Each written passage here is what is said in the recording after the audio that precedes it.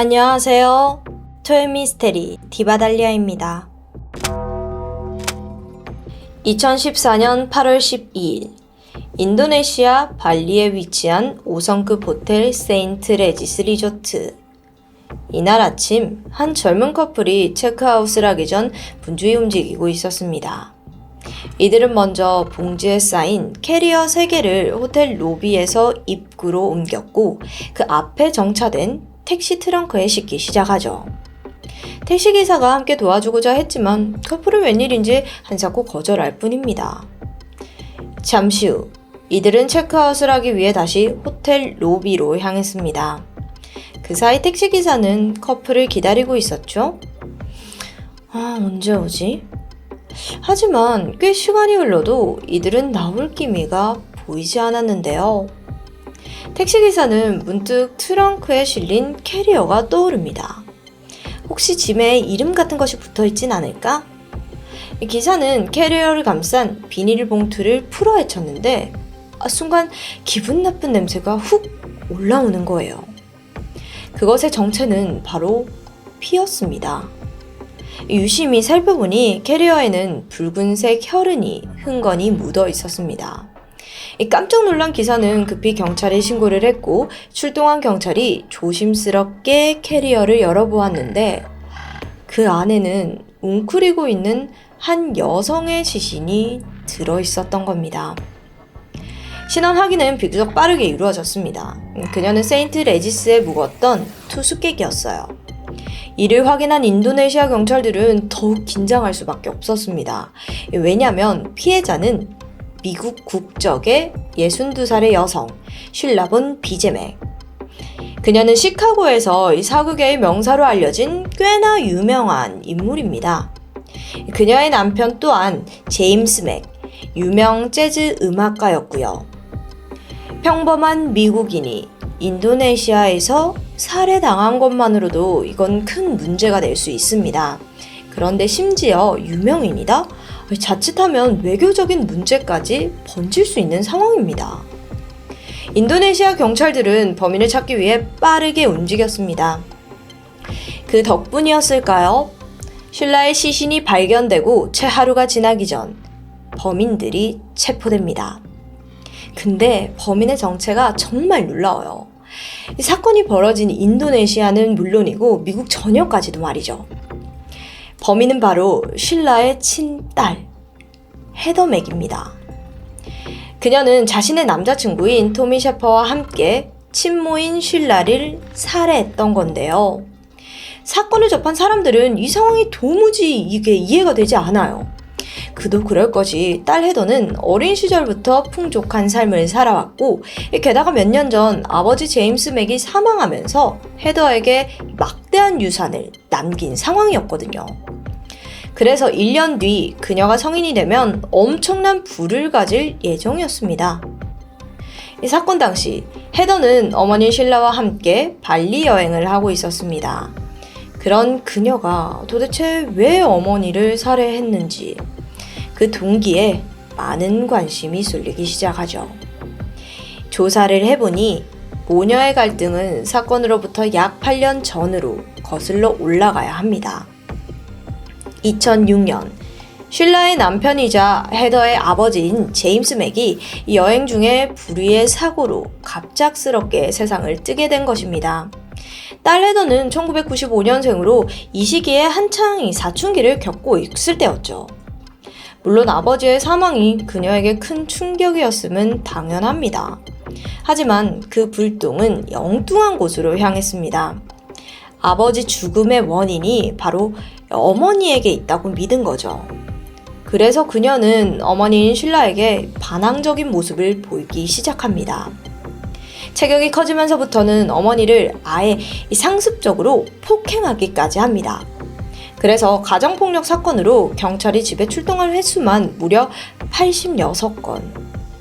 기록에 따르면 헤더는 어머니의 발을 부러뜨리고 깨물고 주먹질했습니다. 자신의 분노를 패륜적으로 이렇게 표출했던 거죠. 하지만 폭행의 진짜 목적은 따로 있었습니다.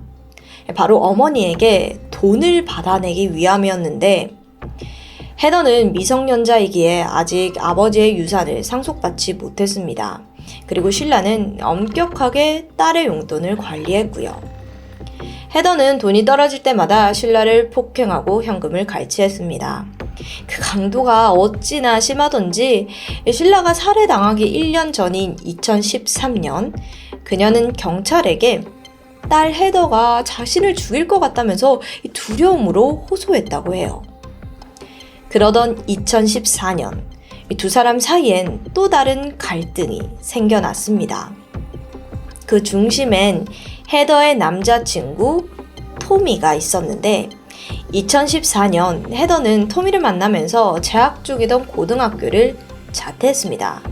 게다가 그녀는 19살의 나이로 임신까지 한 상태였습니다.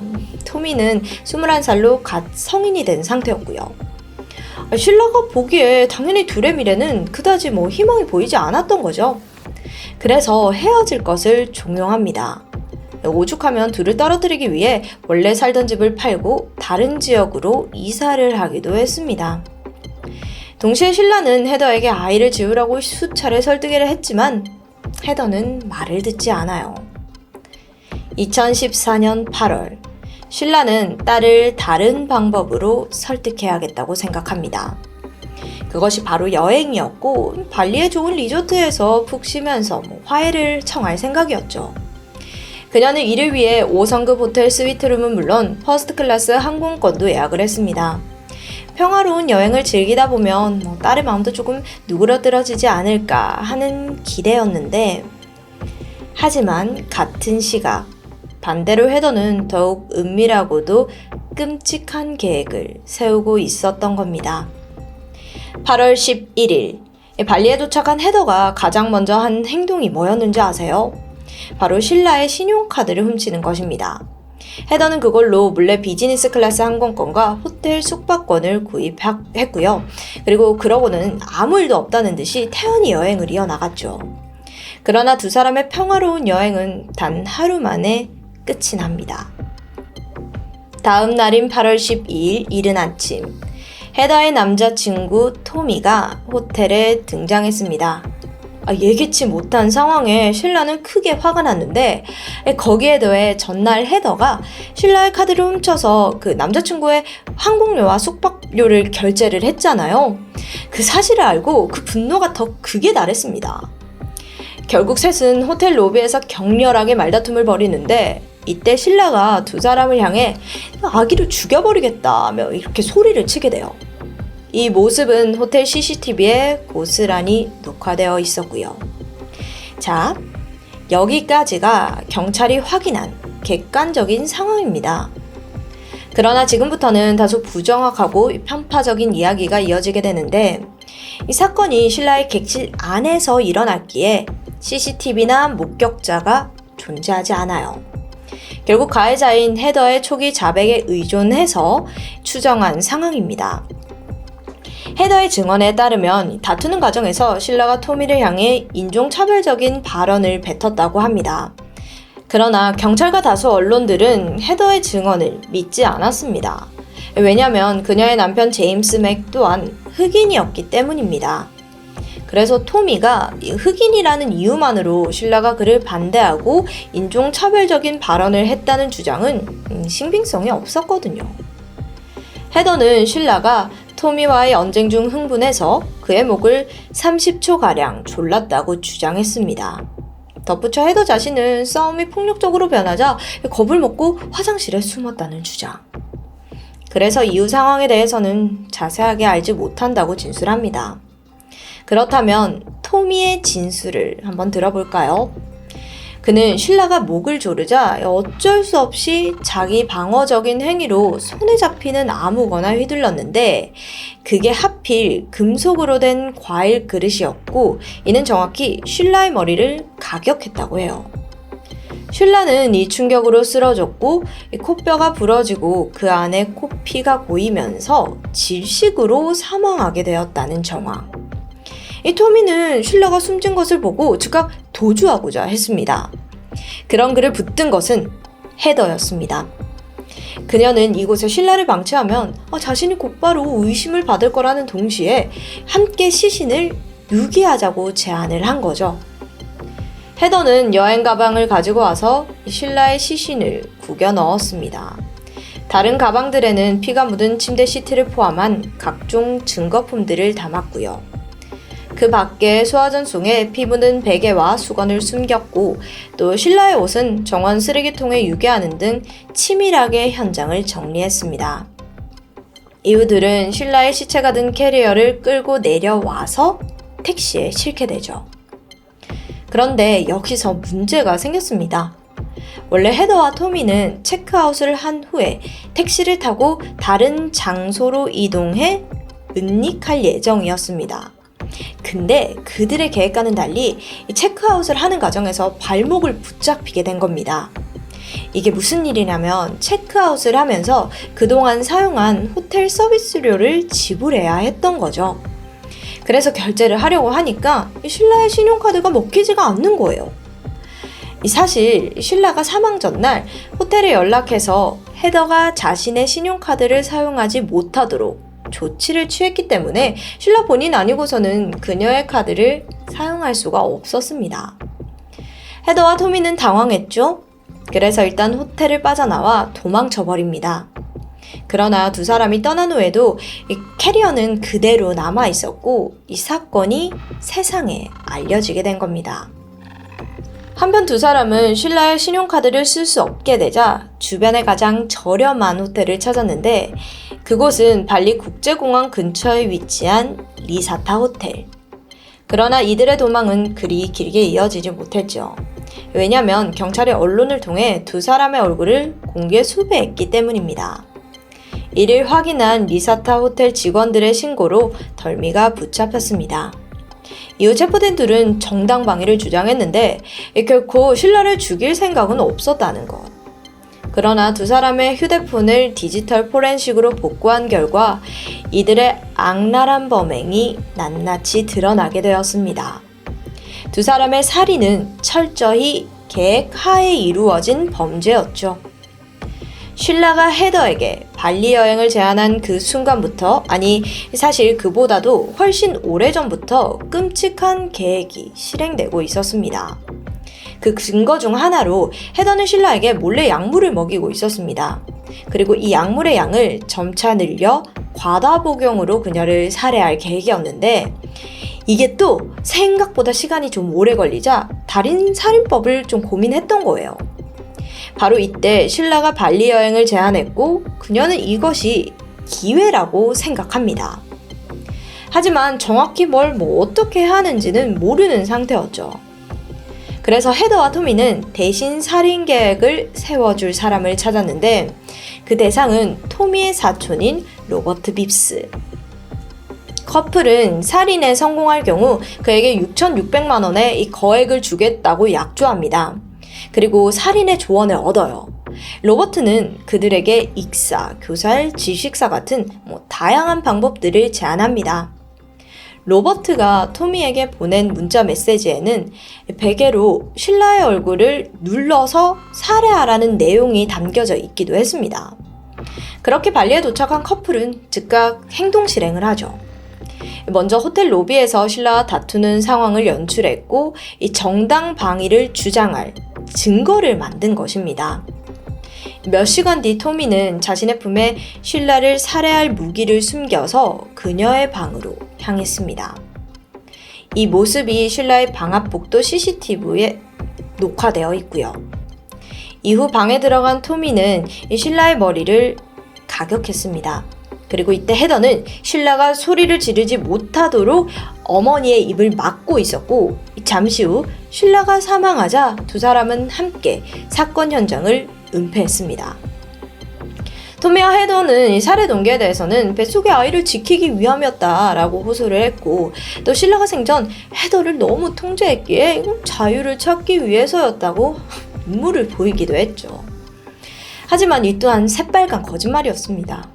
두 사람의 목적은 신라가 가지고 있던 20억 상당의 신탁기금. 신라가 사망할 시 이 모든 돈이 헤더에게 유산으로 상속될 예정이었습니다. 헤더는 유산을 받으면 그중 수백만 달러를 토미에게 주기로 약속을 했습니다. 그리고 이 토미는 하루빨리 부자가 될 날을 기다리고 있었고요. 이렇게 헤더와 토미의 추악한 진실과 살인 계획이 모두 밝혀졌습니다. 2015년 4월 인도네시아 법정은 토미에게 징역 18년, 헤더에게 징역 10년을 선고하였습니다. 헤더는 교도소에서 수감되고 얼마 지나지 않아 딸을 품에 안게 되는데요. 인도네시아 법에 따라 그녀는 아기와 2년간의 시간을 교도소에서 함께 보냈고 이후 헤더는 모범수로 감형받아 2021년 7년간의 교도소 생활을 끝으로 석방되었습니다. 그 후 미국으로 추방당한 상태고요. 헤더는 미국으로 돌아온 후 뻔뻔한 행보를 이어갑니다. 살해한 어머니 쉴라의 유산에 대한 소송을 진행한 것.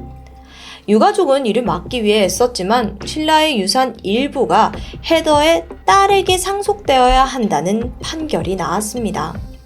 하지만 헤더의 가소로운 단꿈은 그리 오래가지 못해요.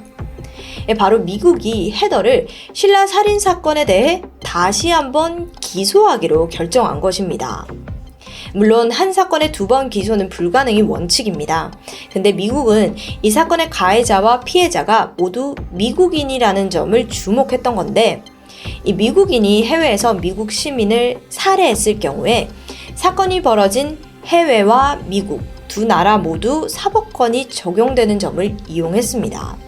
그렇게 헤더는 27살의 나이에 다시 한번 FBI에 연행되죠. 예정대로라면 2023년 12월 18일 헤더에 대한 선고가 이루어질 예정입니다.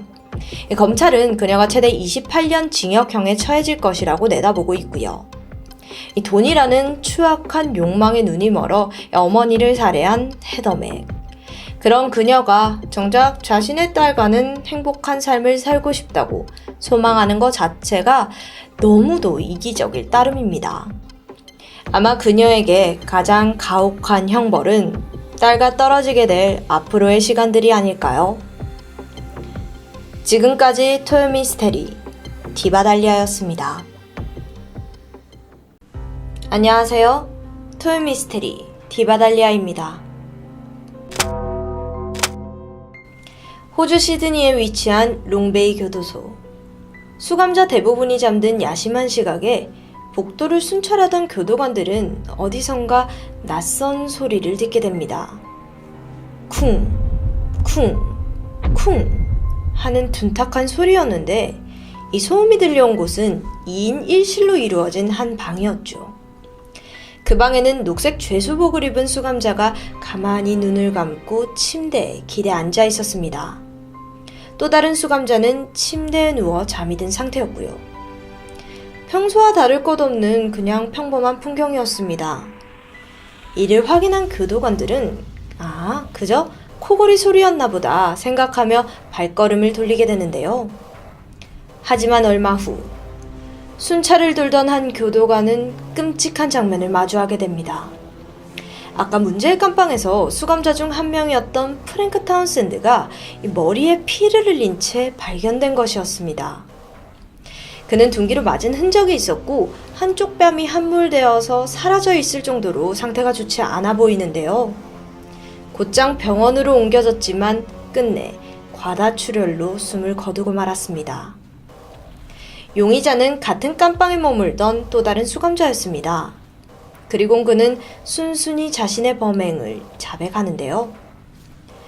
깜빵에 있던 그 샌드위치 메이커를, 일명 와플 기계 같은 거예요. 그걸 베갯잎으로 감싼 다음 피해자의 머리를 8차례나 이상 내리쳤다는 것이었습니다.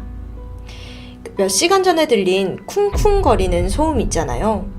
그 소리의 정체가 바로 이것이었죠.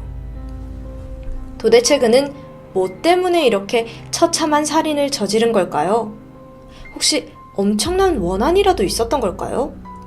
이어 용의자의 정체가 공개되자 대중들은 다시 한번 술렁이게 되는데 그 이유로 첫 번째는 나이. 그는 78살의 고령의 노인이었습니다. 두 번째는 살인을 저지른 후에 그의 태도인데 너무 쉽게 그냥 죽던데요?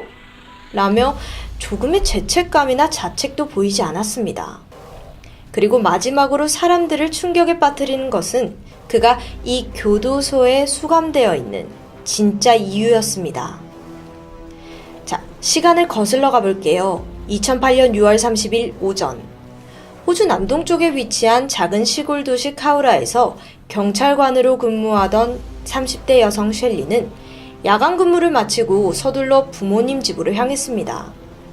그녀는 이혼 후에 7살 아들 그리고 5살 딸과 함께 살고 있었는데 이렇게 야간 근무가 있는 날이면 아이들을 부모님 집에 맡기곤 했었죠. 다행히 아이들도 외할아버지와 외할머니를 곧잘 따랐던 덕분에 안심할 수 있었습니다. 부모님 집 마당에 차를 세운 뒤 현관문으로 들어선 셸리는 어딘가 낯선 느낌을 받게 됩니다. 집안이 이상하게 고요했던 것인데요. 매번 아침 준비로 시끄러웠던 집안이 웬일인지 모르게 조용합니다. 아이들이 벌써 학교에 갔나? 그녀는 곧장 부모님의 침실로 향했고 그곳에서 침대에 등을 기대고 앉아 졸고 있는 어머니 진의 모습을 발견하죠. 근데 왠지 좀 자세가 불편해 보였어요. 그래서 막 엄마에게 다가가려는 순간 뒤에서 인기척이 느껴졌습니다. 뒤를 돌아보니 바로 아빠 존월 씨. 그는 이렇게 당부합니다. 지금 엄마가 복통약을 먹고 좀 쉬고 있으니까 그냥 깨우지 말아라. 그러면서 그는 평소처럼 딸 셸리에게 다정한 안부 인사를 건넸고 밤샘 근무로 힘들었을 텐데 내가 차를 끓여주겠다며 그녀를 거실로 안내하죠. 얼떨결에 거실로 향하던 셸리의 눈에 한 가지 이상한 장면이 포착되었습니다. 바로 거실 바닥에 흩어져 있는 두 아이의 교복이었는데요. 학교에 갔다고 생각했는데? 어딘가 꺼림직한 느낌에 그녀는 곧장 2층에 위치한 아이들의 방으로 걸음을 옮겼습니다. 그리고 침대에 누워있는 아이들의 모습을 확인하는 순간 비명을 지르게 되는데 아이들은 흠뻑 물에 젖은 채 의식을 잃고 쓰러져 있었습니다. 그러나 그녀의 충격은 시작에 불과했죠. 곧바로 그녀는 둔기로 머리를 강타당합니다. 갑작스러운 공격을 받은 셸리. 비틀거리며 쓰러졌고 혼란스러운데요. 그녀의 뒤에 서 있던 사람은 방금 전까지 자신을 따뜻하게 맞아준 아빠 존 월시였습니다. 월시의 손에는 도끼가 들려 있었으며 계속해서 딸 셸리를 마구 공격하기 시작했죠. 그러면서 딸에게 이렇게 말합니다. 이게 다 널 사랑해서 이러는 거야. 이 일이 끝나면 네 전남편도 죽여줄게. 라고요. 하지만 다행히도 셸리는 민첩했고 경찰관으로 근무하며 수많은 훈련 경험도 있었습니다. 머리에는 피가 흐르고 있었지만 그녀는 가까스로 집 밖으로 탈출했고 셸리는 곧장 옆집으로 달려가 도움을 요청하게 되는데요. 잠시 후 경찰이 출동했을 때 월시는 이미 어디론가 도주한 상태였어요. 그리고 집안에는 총 3구의 시신과 한 마리의 강아지 사체가 발견됩니다. 피해자는 셸리의 2 자녀 케빈과 제이미 그리고 그녀의 어머니 진. 한편 도망친 월시는 다음날 오전 마을에서 400km 이상 떨어진 모텔에서 발각되었습니다. 당시 그는 아침 식사를 주문했는데 마침 모텔 주인이 이 수배가 내려진 월시를 알아본 거예요. 그래서 신고를 했고 체포된 그는 즉각 경찰서로 옮겨져 강도 높은 취조를 받았습니다. 근데 예상과 달리 그는 순순히 자신의 모든 범행을 인정합니다. 그는 프랭크라고 스스로 이름 붙인 도끼가 있는데 그 도끼를 이용해서 살인을 저지른 것으로 드러났죠. 사건 당일 이른 오전입니다.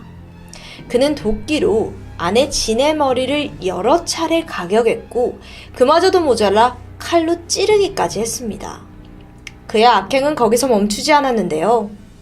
손자들이 곤히 잠들어 있던 2층으로 향한 월시.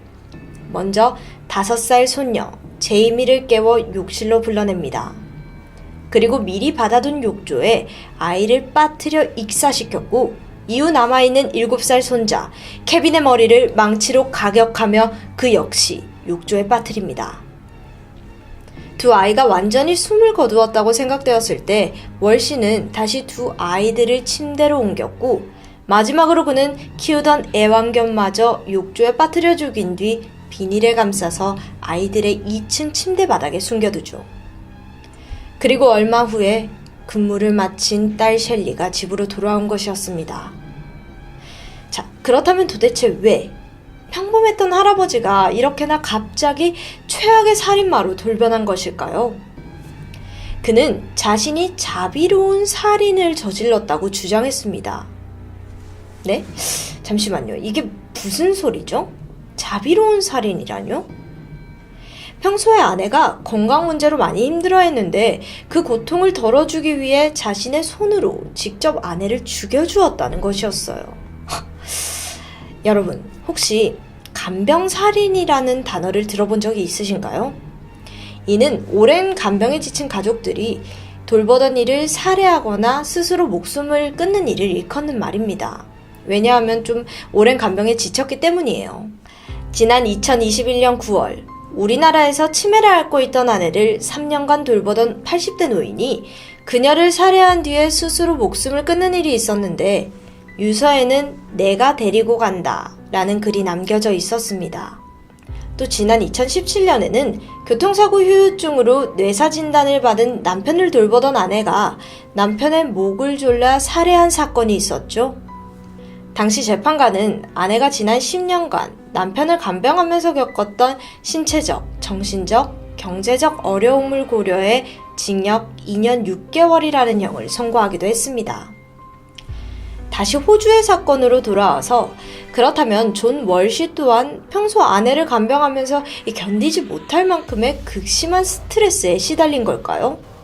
또는 병으로 고통스러워하는 아내를 차마 이 두 눈으로 지켜볼 수 없었던 것일까요? 하지만 경찰 조사에 따르면 그의 케이스는 간병살인과는 분명히 달랐습니다. 왜냐하면 월시의 주장과 달리 당시 52세였던 아내 지는 건강에 큰 문제가 없었고 오히려 손자들까지 돌볼 수 있을 정도의 체력을 지니고 있었거든요. 그리고 무엇보다도 월시가 아무런 관련이 없는 두 손자까지 살해한 것은 어떻게 설명할 방법이 없는데요. 이에 월시는 아내가 죽고 자신이 감옥에 가고 나면 아이들을 돌봐줄 사람이 없었기 때문에 이들에게도 자비로운 살인을 한 것이다 라고 주장했습니다.